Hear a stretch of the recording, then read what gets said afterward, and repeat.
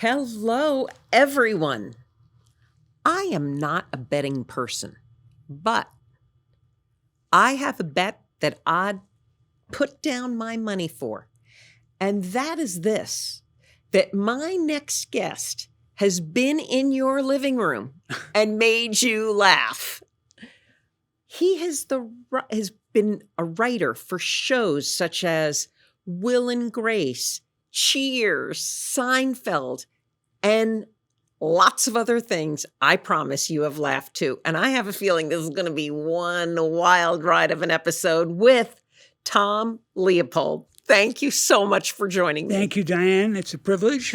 I'm so flattered that you invited me down here.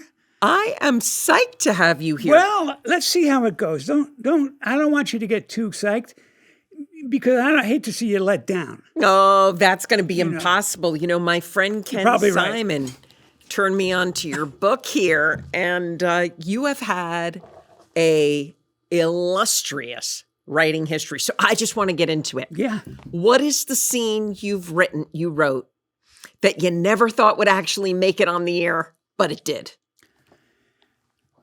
Of anything? Anything. Oh, there's a couple. There's one big one. And I had to leave the country to do a show out of the country for them to let me do it. This is an idea I was pitching on shows I worked down in the city and here in Hollywood. And I kept trying to get it into any script I could, whether it fit in there or not, just because I thought it was so great. A Christmas show, a Christmas show. So then I got this job running this big sitcom in London called My Family, which is like second to Carnation Street. It's big. And they bring over American writers because we have a room like these American sitcoms, whereas English people, one or two guys write every script because they only don't have to do it in 39 episodes like we used to have to do. But anyway, it was a family show and it's Christmas. And I've always wanted, it's called the Brews of Turin. And the father of the family is up on the roof, putting lights on the roof. It's Christmas Eve and he falls off and really messes up his back. And as the bruise begins to colorize and congeal, it begins to look like the mother, Virgin Mary, on his back. Other people see like Sheila E. or you know what I mean. But and word starts to get around, and it's just and it kind of looks like it. The Bruise of Turin is the title, and people come to get healed from him and stuff. Like word gets out, people come. Guy with crutches comes over, and then later on it gets in the little local press. It's just, it was a sitcom. Right. And then just as it gets more and more attention, it sort of morphs into Madonna, the singer. So that's when I tried to do in America by forced. No, don't, Tom. No, don't pitch blood. Don't pitch Shout of Bruise of Turin again. But we did it there, and it was really funny. So that's one thing that I couldn't believe got in. Shouldn't have got in. I even think it shouldn't have gotten in. But it was funny. You talked about being in the writing room. Yeah. What's it like being in the writing room for a major comedy show, that has a long series running? Yeah. What's that like? Well, it's funny. I'm doing this. I wrote a piece about my career, and so much of it is about that sort of thing. I just did it at the Triad. I'll plug it. But, it's called Too Hip to Be Famous, the Tom Leopold Story, Part 1. And in that, I talk about being in these rooms, and the thing is, it was great because I kind of hit the high of the golden age of sitcoms. Sure did. Cheers. Sitcoms were real big then. Will and Grace. It was people made a big effort to see them and everything. And so I forgot. The question about what it was like being in the writers' room. Well, if it's a good writer's room, the trouble is you get spoiled because I've been in some really great writers' rooms like Seinfeld, which was a small group of us. But Cheers was like 8 guys and a couple of ladies, and they were so damn good. I mean, Cheers had been on 10 years. And these guys were young guys, and they took me away from Seinfeld they read something I wrote, and they hammered me to come over to Cheers. And these guys were younger than me. They were like in their 20s, and they'd been handed Cheers. That's how funny they were, like from Yale or Harvard humor magazine type thing. Funny as hell guys. And every one was really funny in a different way than you were funny, and that one was funny, which makes up a room. Right. Because you want, the guy who's funny because he grew up next to a silo in Idaho, and the guy, Jewish guy from Miami that I am, anyway, so that's a mitzvah if that happens. You get a great room, but a lot of the times it's you get the executive producer if you're not the executive producer, and they don't really have that good a sense of humor. And there's always some writers in the room that are good. What are the roles? Like, are you saying let's just use Seinfeld as an example. Is one person Jerry? Is another person Elaine? Is are you taking individual roles, or how does that collaboration work? I just write Jerry? Yeah. Oh, no, people say that. People always said that at Cheers, too, they say. So you write for George? Or you write for, what was his name in the thing? Norm. Norm, yeah. Yeah, I did. No, we write for everybody. Or no, Norm was in Cheers. Yeah, Norm was in Cheers. You've worked with some iconic characters writing their lines. Yeah. Well, try writing a new Norm joke after the show's been on for 10 years. Try finding a new way to, Norm! And whatever the joke is. So I was able to kind of grab onto that train that was moving pretty fast. And that was the most fun I've ever had. Now, wait a second. Let's go to Cheers. Ted Danson, icon in that era of, a comedy sitcom. Yeah. So are you writing the joke to Ted Danson? Or are you writing it to his character, whose name I can't remember on the show? Sam. Right. Are you writing it to Sam? You're writing it to Sam. How are you doing it? Yeah. And are you picturing in your mind Ted Danson delivering it? Yeah. Uh-huh. Yeah, absolutely. I mean, that's sort of the fun thing about writing. Writing sitcoms is you got to be able to write in other people's voices. That's hard.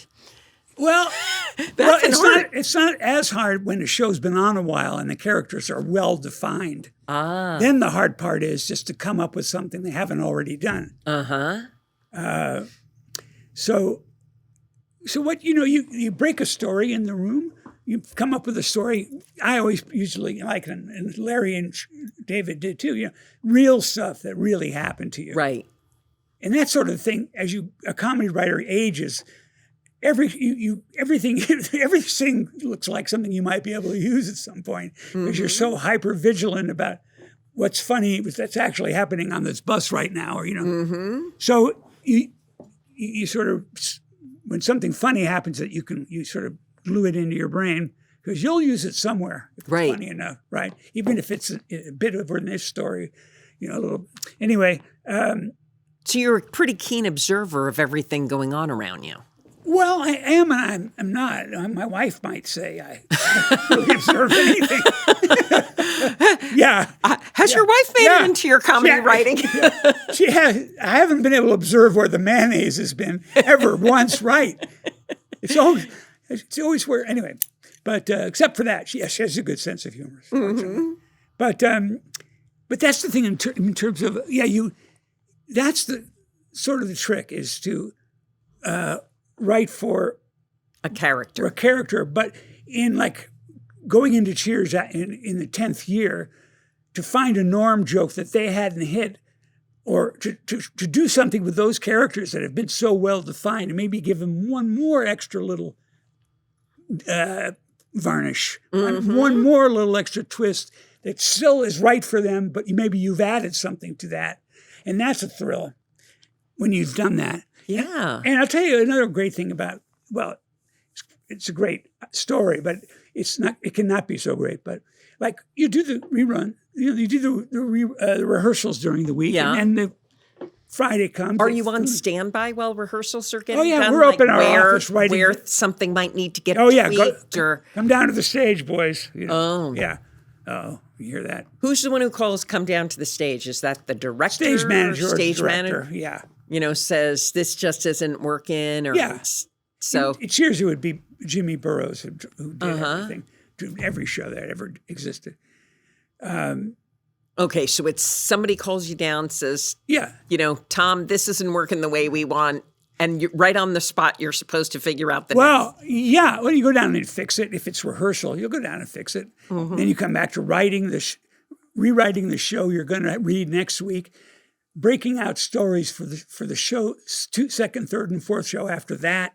Wow. And then going to rehearsal when they're through rehearsing down at the stage and watching them run through that, and then realizing you got to do a whole second act. So order more General Chow's chicken and loosen up get ready to bloat, and you'll be there till 2 a.m, right?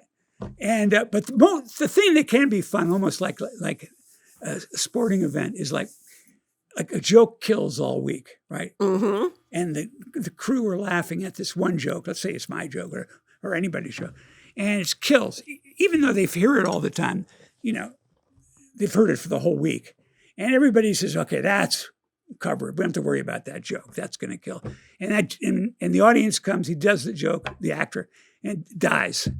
Oh, And we're all sitting around the cameras, and Jimmy was, "Okay, boys," and the audience has to wait. Okay, let's go. Come up with a new line right now. Right now, the audience is in the thing, in the stands, and when you can come up with something. And I've been able to do it a few times, and everybody has their moment, But when you come up with something really funny and here it is a whole week you've been working on this, you didn't think of this joke. But then the audience knows that you're doing that because they saw that the joke didn't work. right. And they know a new joke's coming. And then if you get that big laugh, that's kind of a fun thing. So which of these shows were you working on that actually had a live audience when they were getting recorded? A lot of them. Really? Sure. Seinfeld. I usually think of them as a soundtrack. Well, sometimes that used to be very big in like the 50s, the soundtracks, and you'd hear the recording. It was always the same laugh. Yeah. It was always the audience of the I Love Lucy show. Right. And I remember as a kid, even hearing the same laugh in different shows. So they obviously lifted the tape. Because there's one when Lucy does something silly. You hear someone in the audience go, "Uh-oh, uh-oh." Yeah. And then you hear heard it that a on few more 12 times. other shows, Yeah. That No, laugh. like I know Saturday Night Live was Yeah. live, but Yeah. I never thought of some of these other shows as being, Multi-camera shows, yeah. wow. Well, Seinfeld isn't. Seinfeld is no, what am I talking about? Seinfeld's a multi-camera show with an audience. Wow. Yeah. Although we did a lot of stuff around the lot and Right. outside in a car and stuff. But then you show the audience that stuff you filmed. Keep them in the story. So, but the fun thing about, another fun thing about Cheers, we were at Paramount. And so the writer's room was on the ground floor at Paramount on one of the streets with the big sound stages. And we're on the lower ground, and the windows were big, and it went a big room across the room. So all day long, Klingons from Star Trek would be on their way down to the cafeteria, down to the commissary, like 8 Klingons smoking, a cigarette. That bum to give me a line, but Klingon costume, or showgirls, or guys in armor, and stuff like that. One day, so it's always something going by that's funny, But one day, I tell you, you just took my mind in, and I remember the first Star Trek movie. It was like 1979, maybe 77, something like that. And standing online and when you said Klingons, the joke, it was freezing. It was like Christmas Eve or something like that, or New Year's Eve. It was a really cold night. And the joke that passed down the line was, what did toilet paper and Star Trek have in common? Klingons. They both go to Uranus looking for Klingons. And I'm like, oh my God. That's pretty good. To this day, I remember that joke. The minute somebody says joke. Klingons. Isn't that hilarious? Excellent. Talk about double entendres, which you're very good at. Well, they use that now. Now they'd be allowed to use that joke in their ads because everything goes now. You can say anything. Disgusting things they talk about in the commercials now. My favorite one is that, have you seen that one where there's a guy in a hard hat? He's like a real kind of man, macho man. He's in a hard hat, kind of a middle-aged guy. And he goes, hey, fellas, if you're like me and you leak a little. Oh, yeah. Seen that guy? He just says it like it's great. Yeah. And, you leak a little. Like it's a great thing that you leak in your pants. And then, so then they'll do the list of everything that can happen to you if you take this medication. Not only will you leak, you're going to be smiling and feeling great. You're going to so wait, Johnstown. Let's go back to this writer collaborative kind of vibe that goes on, and how does a script unfold? Well, it usually unfolds like, okay, we need a story, and let's say we did a Kramer story last week. He was the primary one. Mm-hmm. So we need something for George and Jerry. And you think like, okay, well, one of the Seinfelds that I wrote that people seem to always seems to be in the top list that people like is Babu Bhatt, who he opens a little restaurant. He goes, "You bad man, Jerry, you bad man," right? And Jerry gets him thrown out of the country and everything.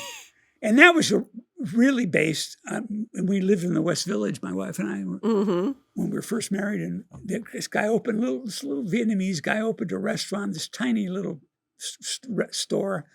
Nobody ever went in. And I just got obsessed by it. I'd come, he's just kind of at the door like a dog hoping to be adopted, And he always wore the same Madras shirt. It was called the Dream Cafe. That's the name of the episode, the Dream Cafe. And at night, he'd put two of the tables out in front of this in front of this restaurant, and light a candle, but then he would button the top button of his shirt. That was like his after six wear. That was, I became obsessed with him, And Barbara, my wife, was like, "Well, you got to go in. You go in. Nobody." I said, "Honey, nobody goes in. If I go in, I have to pass by there. I'll always have to go in." But I'm going to not go in. It's going to be, if I make a relationship with this guy, I'm finished, And this sounds like an episode. Well, he did it. It's the Babu Bhatt one. So there's that what really happened. And you dramatize it to make it funnier. But and then the other thing in that episode was I dated a girl years ago who gave IQ tests.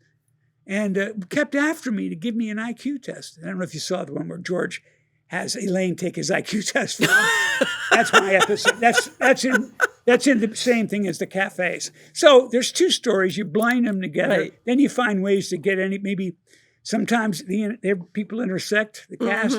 Sometimes it's just they come together at the end. You sort of let the funny take you to where it's the funniest, or you try to. How far ahead are you writing in a script like that? How far ahead in terms of having to shoot the shows? Yeah, like if there's, how many episodes in a season? Well, the average is like 28. That's a lot of writing. Okay, it used to be in 28. The 50s, it used to be like 35 or something like that. I Love Lucy and stuff. And those were two writers, which I think is the better way to do it. Not so much tumbling and yelling. Yeah, and turning other guys' ideas down, and they did it right in London, where it wasn't 28 episodes of a show; it'd be 8 episodes of a show, and the same guy could write it. And I could imagine how it's got to get way more difficult with more writers because you get into that groupthink mentality, and which I always hated in any corporate meeting. Yeah, it's and then it depends who the executive producers are. I mean, I did a show, and these two young women had been advanced writing team to run the show. The show was Ellen, and these very lovely girls, ladies, and they went on to very good success. But it was like they were like joke goalies. They just would knock that joke puck right out of the net, and then 10 months in, you're not as inclined to pitch. Right. When they'll go, "Oh, that's good, yeah. Are you going to put it in? Well, let's see what else." Never being able to decide. Not wanting to commit. Yeah, so that, there's no hostility. It's just like, and there's usually one or two funny people that you can at least still laugh with. there's always it. And when you get 10 months in, working from 10 in the morning to like 2 in the morning, Wow. almost every week, it's really like you're a prisoner, you know. Yeah. And it's great because I made $35,000 today. You can do your thing, but that's good. But you can't go spend and buy anything. And but things get really funny because you get so exhausted. Like we were 2 in the morning. I'm working on Ellen and Jim. Oh God, what was it? Anyway, my friend Jim was one of the writers, and he comes in. It's like 1 in the morning. He comes in, and he sits down, and there's nobody's talking. And he goes, I was just in the men's room, and all week long there's been this green piece of chewing gum in the urinal. Okay, in the urinal. All week long it's been there. And I realized I've seen that gum more than I've seen my own children. So you get really dark, funny, you know where he's going with that, Anyway, so but it's most fun when everybody's on everybody's playing in the same band, because it's very musical kind of. It really is like casting a band or putting a band together. It's not just personalities. It's, as I said, timing and also who's the guy behind the shovel. Yeah. Like I've read scripts and you go, it's not funny enough. Then you read one line in a script, or you'll walk by the living room and you hear a sitcom on, and you hear one joke, and I'll go, okay, I got to know who that guy is. Or you read one joke and you don't have to read anymore. Exactly. Because it tells you what's funny about that writer, that he would write that. So wait, I want to try to understand process a little more. So you've got 32 episodes or something like that. 28. 28 for your season. And are you focused on a show at a time, or are you saying, well, wait a second, this character we want to develop, so maybe one day you're working on, you're on a tight time frame. If you're filming, you've got to come up with a full script, get it approved, get it signed off. The actors have to have time to learn it. I can't imagine. Rewrites. Right. So I can't imagine all that. Day long. Yeah, I'm sorry. To explain that timeline. I'm trying to get the timeline. It's so other people watching this who are trying to understand what you do. And yeah, well, it's 10 months, and it gets pretty grueling. It's hard to say grueling. You're sitting there making up jokes all day. It's not like, working up at the old AI factory, whatever people are going to be doing up at the old AI factory. Got to go to the old AI factory now, honey. Anyway, whatever it's going to be. But you start before the actors come in, and you get like 6 stories going. So you got a running start. Because the one thing you don't want to do is get behind. Right. So, all right. So then you divvy up to these. You write a first draft of that one. You write a first draft of that one. You write a first, and get some stories out of people writing. And you always, through the season, you have people out doing a first draft of the script. And then that day, while they're rehearsing, the actors, you're going over, you're punching up the script they're going to do next Monday. And then another part of the group or another part of the day is coming up with stories for 9, 10, 11, 12, and 13. Right. And then you might go into casting. So that slows you up.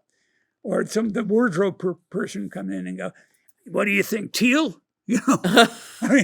While you're stuck on a joke. Right. That's if you're the executive. I've always preferred I've done that a bunch, but I always prefer being not the responsibility, just let me do the jokes, or story too. So it is it's like a factory that has, it's very busy and a lot of pressure. I would imagine. But that's the nature of TV, I guess. It's interesting because a few episodes back, I interviewed Jack Vaughn, who's the in charge of comedy programming at Sirius XM. He's the head of that. Oh, wow. And he's had a long history in comedy. And he was talking about the challenges that stand-up comedians have today because of social media and the internet. It used to be you could work on a routine, and then you could use that routine for 6 months or a year because only your new audience saw it. Right. You are very much like the comedians of today. You know, the show, you have to come up with the script, somebody delivers it, and then it's the next show. Yeah. You know? Yeah. It's a constant. Yeah. And that's hard. Well, you get good. You get good and you get good and tired. I bet. You know, but the great part is if you're and as I say, I thought I was sort of spoiled. I thought it was going to always be kind of going from Seinfeld to Cheers, always going to be working with the top musicians, you know, and sometimes you're not, you know. Right. And you don't always get to play with the best band, you know.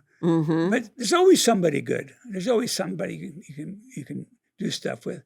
And then if you're doing a show that's not any good, that has its own rewards. Because you know it's a piece of shit. Right. and and you can laugh about it with the other writers and still do your best, but, you know, make fun of the show because it stinks. So there's something to look forward to. You can always find something good in anything. Right. Even when it stinks. It's kind of, then it's funny because it stinks. But you still try to make it better, but... Did you ever have times where you just wanted to go strangle the actor because you know it's a good joke, but they just are not delivering it with the timing or the face or the something? Yeah. That's it. Yeah. Like, I'm sure there are times you thought you could do it better. Well, I started as an actor and I did perform a lot, and all through the years, actually, too. Well, that's the thing. Yes, not strangle, but sometimes you have to demote. Okay, strangle is definitely not the word. Give him the hook. Pull the back of his head off, maybe. You know, but no. The problem with that is you can't. So then, what you find yourself having to take the air out of your joke, so they can do it, writing it to their ability, and then it kind of kills Are you the ever joke. asked to coach them on how to deliver the joke? You try. You try without making them think that they're not doing it right. Depends. If you build a relationship, sometimes they go, oh, I see, you know. So I've never been too much of a problem. If the joke is good enough, you know, even a lox can say it pretty good. But one thing I got out of working at Cheers, because these guys have been working together 10 years by the time I got there, was, you know, when you went to the run-through, if your joke died, it wasn't the actor's fault. And that was good to know. Because those guys knew those characters. So if they didn't get a laugh, it wasn't their fault. It's your fault. So you give them another joke. That's very self-reflective. Yeah. Yeah. And it's great, you know. Because if that, you know, it doesn't happen that much, but it's an interesting thing because then you have that, at least you have that not to worry about, you know. You're really getting almost instant feedback. I love working with a live audience. Yeah. Yeah. It's to know your joke's coming up. Okay, here it comes. It's just about to go over the net. You know. Frasier, I was going to say, but how could his mind go out of my mind? He's doing my musical. He did my musical. Kelsey Grammer. Kelsey Grammer. Yeah. You know, he's going to say your joke, and it's going to be hitting that sweet spot, you know, and you get this big laugh, and it's like, you know, really didn't get into it for the chicks and the money. Oh, of course you did, but it's also about like trying to do it good, you know. Inspiration. Yeah. You know, obvious if you're working 10 hours a day with the same group of writers at any point, where's the burnout come in? Where does the inspiration? Are you pulling stuff from 3 years ago or on the way to work, or where are you finding that? Well, I thought you might ask me that. And I thought I'd be man enough to have an answer. So we're both in trouble. I'll tell you a story though. Okay. And maybe that'll help explain. You can tell us. No, but because you're a good storyteller. Well, thank you. I think you've made a career of it. Important in my line of work. But this is just a joke, but it really did happen, and it's kind of to what you're saying, because I love this story. It had happened. We had a house out kids growing up, we had a house. We lived in the city, but we had a house on the North Fork of Long Island Way. It's a little town called Greenport. The kids were little, and merry-go-round rides and band concerts, the whole thing. Anyway, we went to a Christmas party, and I was a little bit of a celeb in that we knew I wrote on these shows and whatever. But we went to this Christmas party, and it was this being thrown by this guy. I shouldn't even say his name, but anyway, he was a guy who got a job. His job was reinsuring people. I never understood. Not reassuring, right, like you do, but reinsuring. Anyway, drabbest guy you've ever met in your life. Just drab, just totally in black and white. All the dialogue, no color at all. Anyway, but nice. No, I'm not going to put him down. But so it was this big Christmas party. I'm with their 2 daughters. I'm hungry. And I get there, and at least I know there's not going to be nobody to talk to, but at least I know there'll be grub, So we go in, and I go towards the thing, and Paul, the guy whose house is, Tom, come with me. I mean, like, really, come on, Tom. I go, well, can I? No, come now. People are now taking the bagels that I wanted. All I'm doing is watching the food I want disappear. They took the cornbread away. Anyway, so I go, what's up, man? He goes, Tom, I'm very serious. I don't know what he's going to say to me. I'm leaving my wife, or I'm going to not reinsure it anymore. I found out what reinsure means. I'm not going to do it anymore. Now, I said, Tom, I want you to give me a serious answer. I want you to explain creativity to me. And so it's sort of off what you said. And I went, now they're taking away the cranberry sauce, and I go, gee, Paul, I can't, I wouldn't even know how to, no, I'm really serious. Explain creativity to me. I'm serious, man. I go, I don't have anything to say, I have nothing to say. I say, I don't think I can. No, you have to try. Please, Tom, explain creativity to me. Now, there's nothing. The food's all gone. Everybody's bloated there, kids, stuffing all over kids' faces, and I got no food. Finally, I go, you got to tell me. Finally, I go, okay, I'm just going to say something. First thing that comes to my head. Well, I don't know. For me, it's always, and at that point, the front door opens and a guy comes in that this guy knows. So when I just finally begin to tell him, well, creativity for me, he goes, Bill, you came.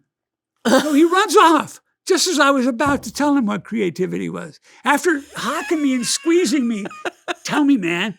And as soon as I relent after the 10th time of not wanting to do it, well, for me, it's Jimmy, he just completely forgot. Never again at the thing that he ever asked me about creativity again. I wonder what I would have said. Well, what would you have said?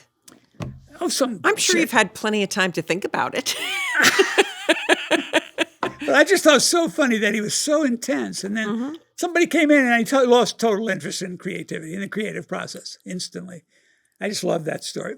See, that's the kind of stuff that the instant it happens, it's in the bank. Future joke. This is a scene, all right. It's in the bank, And one great thing Larry David did that I did, but I do it more regularly, is just keep a notebook of those little things. Because again, I can't find a thing for a blow for the third act of this thing.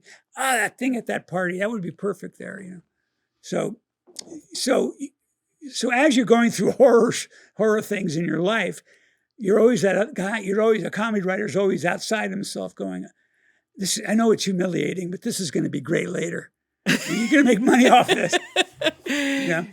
Do you ever have people say, Tom, is that me in that script that you wrote? Is that me in that joke? No, I might take something somebody actually said and use it. Mm-hmm. And I don't think I've had anybody say that. I guess I go around with boring people. That must be why. It's a good question. No, I know. I'm curious. Just curious because I've written a few novels too. Like see, that's what I was going to say. Because sometimes different. when people write Yeah. novels, Novels, they'll I say, definitely "Wait a second, do. did you base that character Yeah. out after so and so?" Yes, and I did. Mm-hmm. My first novel, Mm-hmm. Almost Like Being Here. Yeah. And it's just, I played the character just like myself, a young actor in New York, you know. And but there was a lot of people in there that I just used. Nobody famous, just but they were reading. They could read it and know. So in that sense, but no, I've never really noticed people that very much. You know, usually it's just bits that you do. Would you say you like people? Do I like people? Yeah. Because I would think you have to be really tuned into them to be able to, like, tuned into humanity to find those moments, whether they're, absurd or emotional or May I take some of this if I cover the label? You sure can. Because people... I'm having a colonoscopy tomorrow morning, and I got to drink that stuff. Oh, Katie, bar the door at midnight tonight. Anyway. But it's just not Pepsi. No. Do I like people? That's a big one. It's like asking, do you like science? No, because it's banter. Yeah. That, I find some of my funniest moments in life come from bantering with complete strangers. Yeah. I have this NASA jacket, and I got it at, I think, TJ Maxx for like $5. There was one of them. And I'm just like, I'm going to buy this jacket. And I wear it in the spring and fall. And I was walking out of the Arlo Hotel, and I have my jacket on because it was a chilly morning. And some guy says to me, "Wait a second, are you really an astronaut?" And I look at him, I'm like, and then I remember I've got my NASA jacket on. I say, "No, I'm just a space cadet." And he goes, "Oh my God, I never met a space cadet before. What part of the program are you in?" I'm like, "Oh my God." He was 100% serious. Yeah. Now, I'm sure he was a tourist from who knows where that figured I'm in New York and I'm going to meet astronauts or all kinds of people here. Yeah, right. But it's like those stranger moments that you have to be open to having. Well, that's the thing. And as a writer of any kind, but certainly a comedy writer, you train your mind to not only be open, to get it more and more open and more open, and retaining more and more of it. Yeah. It just goes in the vault, I call it,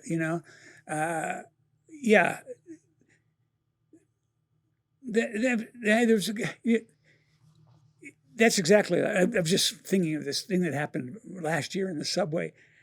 I had a seat in the subway, and this old guy was standing with his cane, I go, "Oh, hey, man, take my seat." And he's got a cane and everything. And he goes, "Oh, thank you." And he sits down, writing. We start to talk, and he goes, and I find out that he's 2 years younger than me. Uh-huh. And I said, how old are you? Give me that seat. Yeah. I said, "Get the hell up out of that chair." But couldn't you see George and Seinfeld? Oh, yeah. Doing that scene. Exactly. So there's a little piece of gold there. That's a little, not a swimming pool, but that's something to jump into. Something you can buy. Yeah. It's money, Yeah. So you're working on some new projects now. Yeah. What are you working on? I'm trying to get people to stop the fighting and just come together, but I'm not doing very good. So anyway, besides that, two things actually. Well, I just did this musical I told you about. I don't know if we were on the air, but about Kip and Sylvia, the husband and wife comedy writing team. They come together to entertain the people on a cruise liner, to sing the songs they wrote and explain the shows that they were in. They wrote the shows for, and the wife is a drunk, and they hit the rocks, and the boat starts to sink, and their marriage falls apart. And it's songs by me. I like to write songs. The songs are good, and it's funny. But now I'm doing this one man talk about, I don't know what to call it exactly. About my career, but really about me being in my career. What do you mean? Well, it's not like I didn't want to write something like, okay, then I worked with this person and that celebrity and that celebrity and that celebrity, which is all great and a thrill and everything. But really, like, what for a guy, asthma, a kid in the hospital, to watch these people on TV, and then 5 years out of high school, I'm writing for all of them, or in shows with them, or it's like. How did that first break start? Where'd you get that? Well, in terms of writing, yeah. I mean, I had my first break right early when I was in acting school in terms of acting. And then one big break was my friend Christopher Guest, who's in Spinal Tap, and does all those great movies. Guffman. One of my favorite movies. Yeah. Well, Chris and I and Michael McKean, who's also in Spinal Tap, I met them at acting school. And I was out of high school, and they had been to college 2 years. We were all in acting school together. And I knew these guys were like supernaturally funny, right? And I could make them laugh as much. So that's like, I always say they were like the first brick in my wall of self-confidence, But anyway, Chris said, I know this guy up at the Harvard National Lampoon. And if we come up with a story, they'll let us write it up. Because there was a big, big thing at that time, the National Lampoon magazine. It was like Mad Magazine. Yeah. Preppies. And it also had a radio. Hilarious magazines. Yeah, that was really good. And then they had a radio show. I still remember all the mad and cracked stickers that you'd find on phone I love booths. That stuff. Now I'm really dating myself, but they'd be inside the phone booth. Oh, man. I love Mad. And so we go up there, and they did a whole movie about this guy, Doug Kenny, who fell off a hill. He was there, and Henry Beard, and Chris and I made up some story on the subway on the way up to the thing. And we made up a story called "You've Got to Believe Me," about a man who returns to his hometown for his high school reunion, only to find his mother has the legs of a gnat. And everyone in the town has the legs of a gnat. An alien coming down, giving people the legs of it. And I forget the rest of the story. But they liked it. And so we said, go write it. Then it became in the magazine.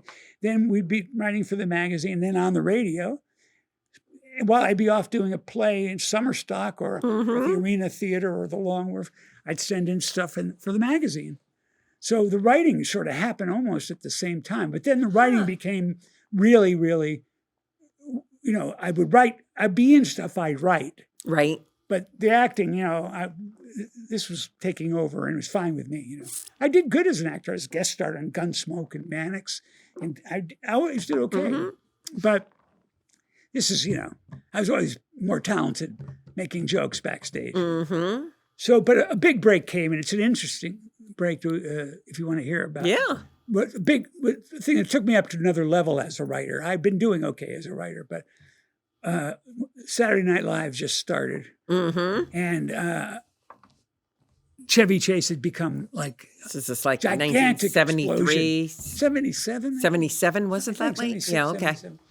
And he just exploded. I knew Chevy from the Lampoon, but not that well. And Chris and I knew him from up there, and I knew Belushi from the Lampoon, and Billy Murray from the Lampoon, and Gilda Radner from the Lampoon, and my very best friend Paul Schaefer from the Lampoon.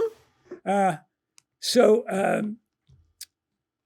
God, I just lost my train of thought. What was I Your saying? big break. Oh, so anyway, Chris is invited to an after party at Dan Aykroyd's loft after one of the episodes. Now, Chevy has blown up the cover of People magazine, Sexist Man. This is just the first season. And I'm sitting on Dan Aykroyd's couch, all the people are there. And Chevy, who I didn't know very well, but he sits next to me, and he sits down, he just sits next to me quietly, and he goes, I hear you're the funniest guy. And I just went, yeah. Yep. And he thought that was so funny that all I did was say, yeah. I didn't try to be funny at all. I just agreed with him. Yeah. He thought that was the funniest thing. And so a couple of weeks later, my phone rings, and it's Chevy. And he says, look, Tom, I'm leaving Saturday Night Live, but I have to do 2 TV specials for them in order to get out. And I want you to write on them. Mm-hmm. But I only want you to write on them if you tell me you said something that I heard that someone told me you said. I want you to tell only if I heard you said you actually said. I said, well, where was it? Mm-hmm. And he says, well, you were doing a play in Boston, and actually it was Chris Guest's sister wanted to come up and see me. I was in this play for 5 months in Boston. She wanted to come up and see you in the play. And I said, great, come on up. And I'll stay with you. She said, great. Yeah, I'll stay 2 or 3 days. And I said, stay 2. Which is not the greatest joke in the world. It's pretty That is good. a good one, though. It's good. Yeah, It's it is good. a good joke. And so Chevy said, did you say that? I'm going to tell friends of mine who are very generous with their house guests until it drives them nuts. You say it like it's great, even better. Stay 2. You know? And I said, yeah, I said that. He says, okay, I want you to write it. And I ended up writing a whole lot on both specials. But I learned a good lesson there that Chevy was funny enough to know, like we were talking about earlier. Right. You don't have to eat the whole garbage can to know if the guy's any good or not. Right. It's like it's this mindset that you're attracted to, not just the one joke. You know, it's a way of looking at thing that it just makes you laugh and that you're on the same par with. Huh. So that was a good lesson to me when I started hiring writers and stuff. What do you look for? Funny, if they're funny. Not just, Funny is very subjective. Well, I mean, I love comedy. Yeah. I love to laugh. Well, just I love me the then, social commentary that comedy is. Uh-huh. But there are people that don't think some things are funny anymore. Yeah. Oh, I know. I wouldn't want which to is be- a big shame. It's like I want to bring back comedy. I want to legalize it. I want people to be able to say whatever they want. And if you don't like it, turn the channel. Like that, we'll all wear masks. No. All the comedy writers should wear masks. Oh, we can't go there because I have an black episode outfits. that I'm having a tough time getting aired because I talked about that topic. So I don't want to go there again. It's insane. It's just It's ridiculous. insane. All ridiculous. Totally ridiculous. And changing, I think. Mm-hmm. But anyway, yeah, so that's a silly thing like that. Mm-hmm. But I admired Chevy for, first of all, thinking that joke was as funny as I guess it was, even though I think it wasn't, at the time, I didn't think it was that brilliant. But it's so simple and to the Yeah, point. it's clean. It's clean Yeah, as can be. it's clean. Yeah, it's clean. And hiring me because of it, I mean, he knew Chris really well, and he knew people knew me, so it wasn't just that. But so that was a big break. After those specials, it really kicked me into more and more of that sort of thing, specials that they had in those days, and lots of other things, then sitcoms and then writing at every year at the Twain Awards for the Comedian of the Year. Every year writing those for Bob Newhart, all those guys, or the Montreal Comedy Festival, or working with Martin Mull and Fred Willard. Yeah. On an HBO series and being in it, and writing with it. And just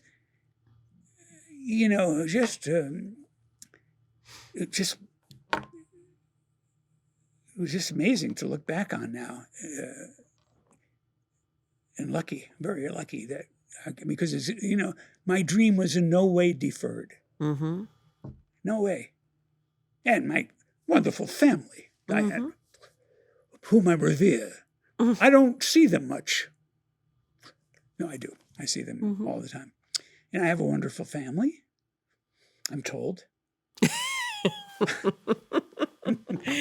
Well, oh my gosh, Tom. Diane? Time goes too quick on these interviews. I'm getting a flashing clock. I didn't know we started yet. No, I know. Oh, you started? All right. Oh my gosh. Oh. Well, I've enjoyed every minute. Parting thoughts on this. You got a minute to wrap this up, Tom. I want to hear what's your take on comedy today? Oh, gee. I don't know. The same things that make me laugh, like local TV commercials. Mm-hmm. There's a guy out in we live in Manhattan in Connecticut. There's a guy at a local car dealership who's got this speech impediment. And you could trust us over at Mahidi Ford. And I'm just laughing at a guy with a speech impediment, which is terrible. I shouldn't be doing that. But to me, we all laugh when someone falls down a staircase. You know, I think there's just comedy, things. like comedians on TV and all that. There's always funny people. And this whole woke thing is these people committed suicide on themselves. Like, you know, 50% of the people you don't want to make laugh. You know, I mean, sad. Yeah, but it's the sad part of. And you get paid $20 million. I mean, $20 million. I'd make some of them. Like, you know, that people say about people. They said, really, you know, he's a billionaire, that guy, but he's really nice. You know, I go, I'd be nice too. Yeah, I'd be so nice. You wouldn't believe it if I were a billionaire. I don't know. Does that answer anything? Gave us all stuff to think about. I gave it a try. You did a great job. Okay. Well, Tom Leopold has been my guest, and it has been a pleasure. And there are going to be links to where you can find more, read more about Tom, follow him, pay attention to what he's doing, because he's got some upcoming shows. Yes, you know, which we like to keep these shows evergreen, but he's working on something that you'll be able to see sooner and later. Okay, I won't say the date because you want it to be evergreen, right? Yep. Okay, yep. It's called Too Hip to Be Famous, by my story of my career. Part 1, the Tom Leopold story. Okay, and there's probably going to be a part 2, 3, and 4 if I was going to guess. It's up to the folks at home if there's a part 2. It's all on your shoulders, folks. Okay, well. I hate to lay that on you, but it's true. Well, I can't wait to see that, and I want to thank you so much, Tom. This was such a pleasure. I enjoyed it. It was a privilege. Thanks. Thank you. This has been the Silver Disobedience Perception Dynamics podcast. I'm Dian Griesel. Some of you think my name is Silver and my last name is Disobedience, but that was all just my joke when I started. So that's not really my name. My name's Dian Griesel. And I am in Manhattan Center, which is just one of my favorite places on the planet. So I am so grateful we've been filming this episode here. Hit subscribe. You'll see all kinds of contact info below on this podcast. Thanks a lot for tuning in. Thank you, Tom, very much. Thank you, Di.